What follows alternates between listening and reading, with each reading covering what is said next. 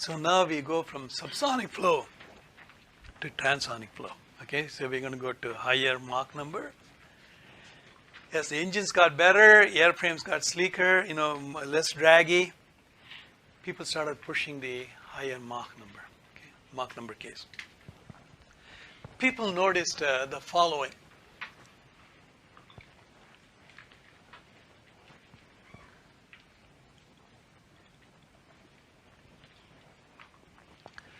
Let's say that you plot CL versus Mach number for a given aerofoil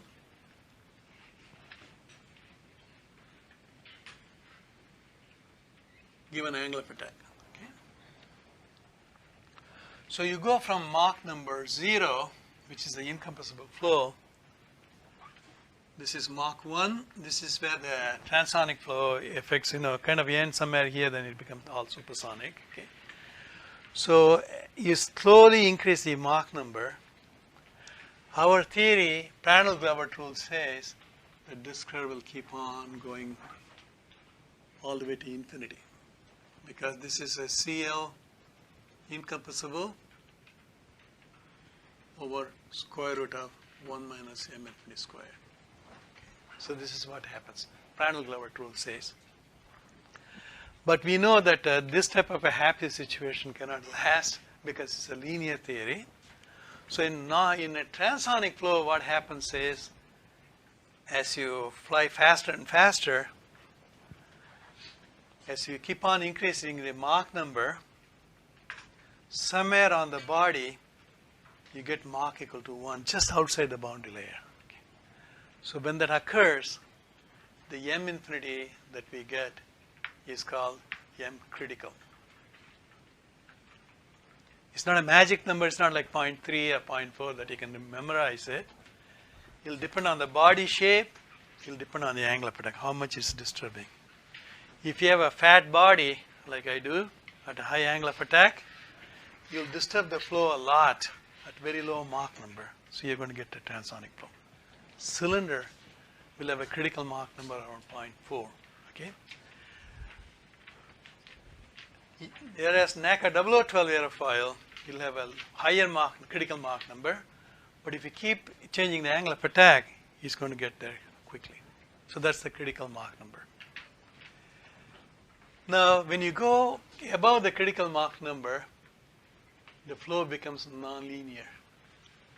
Okay, so nonlinearly,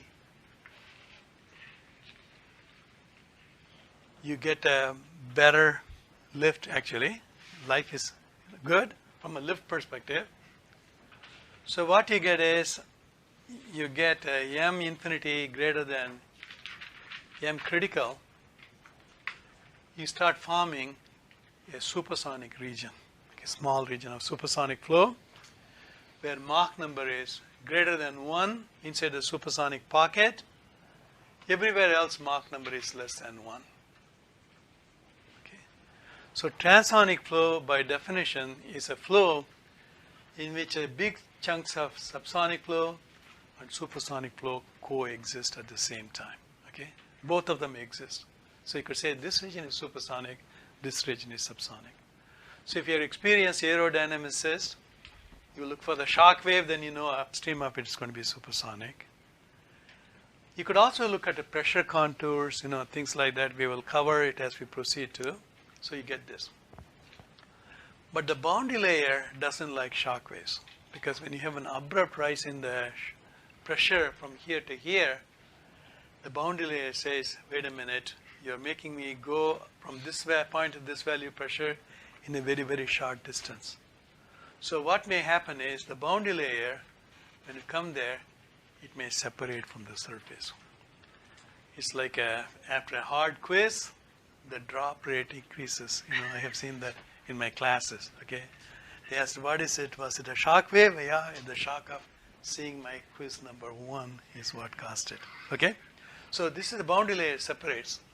So what's going to happen is this lift suddenly will dive nose down. Okay, so you're going to get a low lift. So this happy state does not last for a long time. At some point it gets worse. So you see a commercial aircraft flying at Mach 0.81, 0.82. They don't want to go to Mach 0.89 or 0.9. They know they're going to get this loss of lift. Not only the flow has separated, it also becomes unsteady, very buffeting.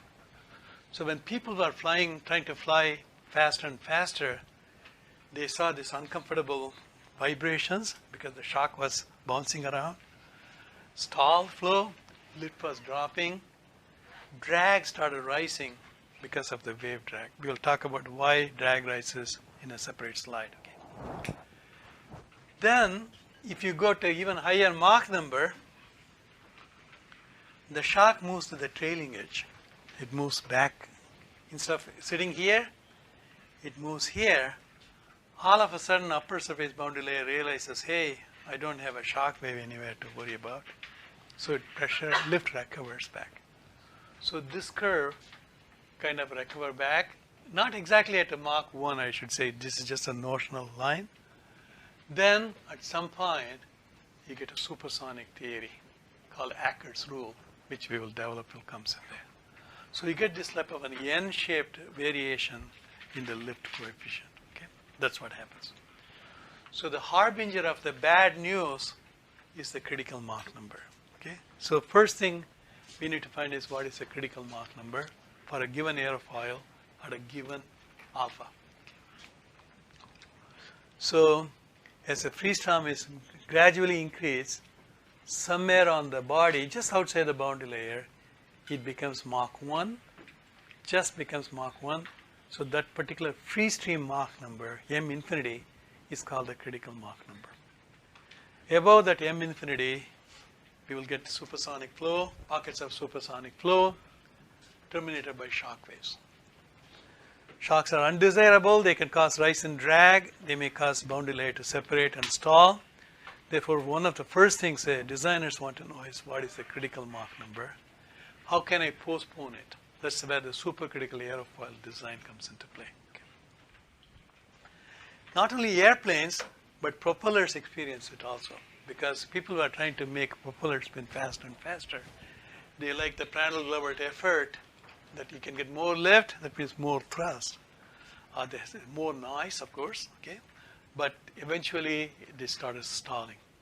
So just like airplane wings were being swept back, if you look at some of the propellers, they will have a swept back tip. Helicopters have the same thing. As you approach the tip of the helicopter blade, your local Mach number can be high enough so that shock waves form on it. That's why Black Hawk, Apache, they have a swept back tip. French helicopters have a parabolic tip, continuously curved swept back tip for postponing shock waves. Okay. So this is the picture of a given aerofoil at a given Mach number.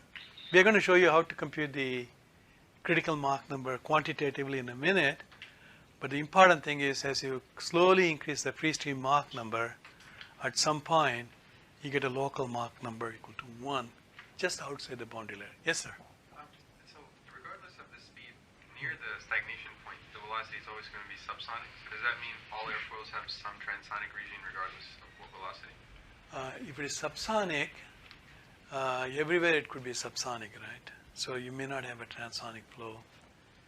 At this Mach number, stagnation point is Mach 0, right? But everywhere else, Mach number, the fastest it goes is, in this example program, is 0.77. So all over the aerofoil, Mach number is below 1. Was that your question or something else? I should rephrase. If it was the whole free stream is supersonic, Supersonic? does that mean all? Sure. You could have a situation where you have a supersonic flow. Then because it's a blunt nose, you'll get a blunt shock wave. Then you may get, in this region, Mach number less than 1. You may get Mach number greater than 1. And you may get sometimes 2 shock waves from the trailing edge, because CUDA condition needs to be matched. So the shocks or expansion times will form at the trailing edge to raise or drop the flow pressure, but also to turn the flow so that the flow here is traveling in the same direction above and below. So this is also transonic flow. Does it ever go fully supersonic? Because the bow shock is always going to be... For a blunt body, it can never go to fully supersonic because there's always a standoff distance. But if you have a sharp-nosed airfoil, it's possible that you'll have an attached shock wave. Attached shock wave. Okay. That's possible. Thank you. Yeah. Right? Good.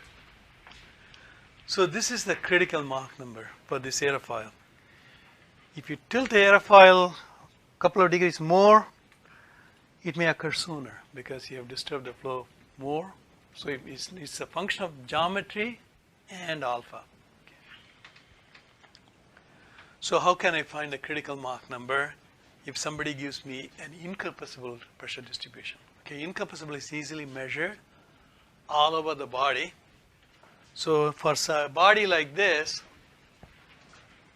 someone like Dr. Komarath or in your AE 3610 or 3051 undergraduate labs, you may have measured the pressure distribution and you may have gotten CP versus X over C. Do you remember you did it in your X file? You got started getting plots like this. So this is what you got. It's always plotted positive to negative. Which one do you think is upper surface, this or this? The upper one, because more negative, lower pressures here than here, holding the airplane up, okay? On the other hemisphere, it's flying everything upside down. No, just don't write it down, okay? All right. So now where do you think will be the fastest velocity on this curve? It cannot be at the stagnation point because it is slowest. So when you go this way, when you reach here, this is where it's going to be the fastest local velocity. Because remember, Cp is minus of 2 times disturbance velocity over V infinity. The most negative value is where you get the most disturbance velocity. So that's where Mach 1 will occur. Okay? So very first thing you do is get the incompressible flow data and get the Cp incompressible. And this point is called the suction peak. Why do we call it suction? Because it's P minus P infinity is negative. So pressure here is lower than the atmospheric pressure. Sucking it, pulling it up by the scruff of your collar, if you will, get a plane. So this is a Cp distribution, P over P infinity minus 1 by gamma over 2 m infinity squared. We have developed it a little bit earlier. Pressure ratio by isentropic flow is temperature ratio. From our compressible flow problems, like remember Cp times T naught over T equal to 1 plus gamma minus 1 over 2 times Mach squared. So at that point A, if you call this point as A, you can get that T at point A in terms of T at infinity by just taking the ratio of the two. Okay. This divided by this. Okay. So you can stick it in up here, then you get the Cp at the suction peak as this value. So this is purely thermodynamics. Stagnation temperature is the constant energy equation. This is purely isentropic flow, thermodynamics. So this is what Cp should be at point A according to thermodynamics. Our at critical Mach number, when m infinity equal to critical Mach number, m infinity critical, the Mach number at point A becomes 1. At this point, the Mach number becomes 1. So all we have to do is stick in 1 here, then you get this expression. Again, thermodynamics, this is Cp critical. Prandtl-Glover says if you give me the incompressible peak somehow measured or computed, X-file, panel code, small disturbance theory, I can convert it to Cp critical. So I get 2 expressions, one from Prandtl-Glover rule, other one from thermodynamics. Just equate the two, solve for the critical Mach number. Okay. That's it. Okay. So you equate the suction peak incompressible suction peak, which is Cp at point A, divided by 1 minus critical Mach number equal to this one. Try different critical Mach number until the left side equals the right side. That's about it. Okay, that's it. So this can be done very easily. By the way, Cp will be negative because of the Bernoulli equation says the faster you go, the lower the Cp you get. That's why you get a negative value of Cp here compared to somewhere here. Okay. Slow flow, you get a positive Cp. So here is a worked out example again from Anderson. NACA 0012 at 0 angle of attack. The suction peak is here. It's minus 0.43.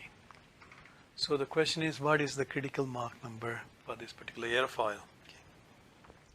By the way, this test data was obtained by many people, but you can also get this curve from X-Foil. Any other panel code, even my own panel code, you get the negative value here. Once you have it, you take that what thermodynamics says, keep on changing the Mach number, find the Cp critical. That's one curve. Then you take Prandtl-Glavert rule, plot Cp critical, compare the two curves, where do they cross? That's the value here. So this is a graphical way of doing it, is one from thermodynamics, other one from Prandtl-Glavert rule. Okay. Wherever they cross, that is the critical Mach number.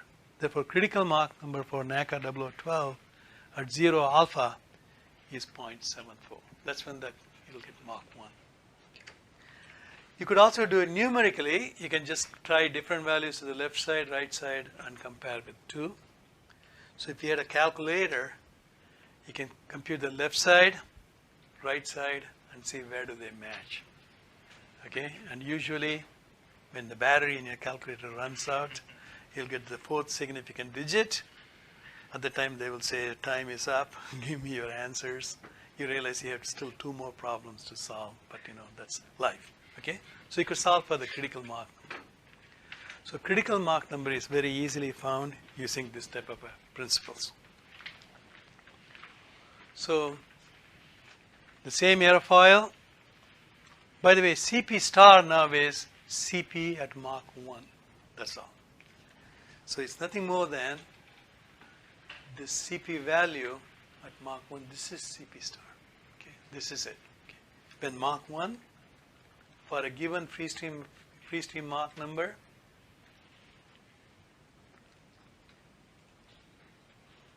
this is the Cp critical. Okay. For every free stream Mach number, put the free stream Mach number here, solve for this, that's your Cp critical. Okay. All right. So coming back to this picture here, when the Mach number, free stream Mach number is 0.575, this is what the pressure distribution looks like. This is what the Prandtl-Glavert rule will say. This is what the wind tunnel will say. It's not negative enough to match it with Cp critical yet. But as you increase the free stream Mach number, go faster and faster, Cp critical equal to Cp measured. Okay, so then you hit a Mach 1. Okay. This is the same picture. Subsonic flow, just before you become supersonic, when a transonic flow at Mach 0.725. Are you all able to see this okay?